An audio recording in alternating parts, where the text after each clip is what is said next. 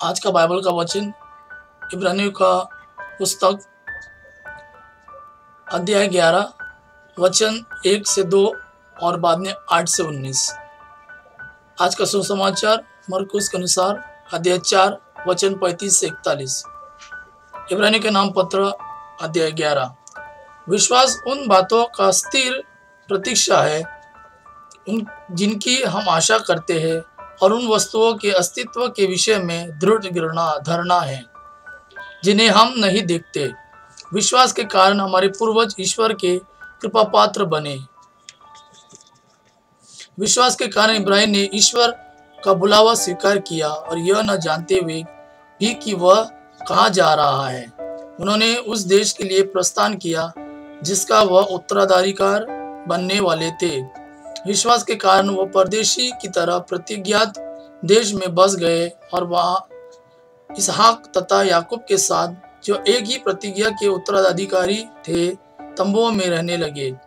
इब्राहिम ने ऐसा किया क्योंकि वह उस पक्की नींव वाले नगर की प्रतीक्षा में थे जिसका वास्तुकार तथा निर्माता ईश्वर है। विश्वास के कारण उम्र ढल जाने पर भी सारा गर्भवती हो सकी क्योंकि उनका विचार यह था कि जिसने प्रतिज्ञा की है वह सच्चा है, और इसलिए एक मरणासन व्यक्ति में से वह संतति उत्पन्न हुई जो आकाश के तारों की तरह असंख्य है और सागर तट के बालू के कणों की तरह अगणित। प्रतिज्ञा का फल पाए बिना वे सब विश्वास करते हुए मर गए। उन्होंने उसे दूर से देखा और उसका स्वागत किया। वे अपने को पृथ्वी पर परदेशी तथा प्रवासी मानते थे। जो इस तरह की बात कहते हैं वे स्पष्ट कर देते हैं कि वे स्वदेश की खोज में लगे हुए हैं। वे उस देश की बात नहीं सोचते थे जहां से वे चले गए थे, क्योंकि वे वहां लौट सकते थे। वो तो एक उत्तम स्वदेश अर्थात स्वर्ग की खोज में लगे हुए थे।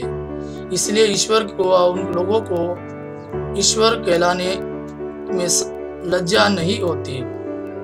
उसने तो उनके लिए एक नगर का निर्माण किया है। जब ईश्वर इब्राहिम की परीक्षा ले रहा था तब विश्वास के कारण उन्होंने इसहाक को अर्पित किया।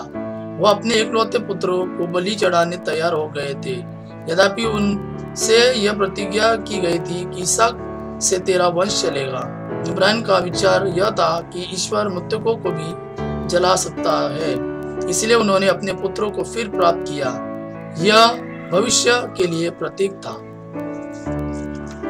आज का सुसमाचार मरकुस के अनुसार अध्याय 4 वचन 35 से 41। उसी दिन संध्या हो जाने पर ईसा ने अपने शिष्यों से कहा, हम उस पार चले। लोगों को विदा करने के बाद शिष्य ईसा को उसी नाव पर ले गए जिस पर वे बैठे हुए थे। दूसरी नाव भी उनके साथ चली। उस समय एकाएक झंझावात उठा। लहरें इतने जोर से नाव से टकरा रही थी कि वह पानी से भरी जा रही थी। ईसा दुम्बल में तकिया लगा के सो रहे थे। शिष्यों ने उन्हें जगा कर कहा, गुरुवर, हम सब डूब रहे हैं, क्या आपको इसकी कोई चिंता नहीं? वे जाग गए और उन्होंने वायु को डांटा और समुद्र से कहा, शांत हो, थम जा। वायु मंद हो गई और पूर्ण शांति छा गई।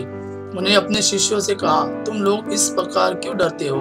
क्या तुम्हें अब तक विश्वास नहीं है? उन पर भय छा गया और वे आपस में यह कहते रहे, आखिर यह कौन है? वायु और समुद्र भी उनकी आज्ञा मानते हैं। यह प्रभु का वाणी है। प्रभु को धन्यवाद। आबा पिता का प्रेम और यीशु की करुणा आप पर सदा सर्वदा बना रहे। आमीन।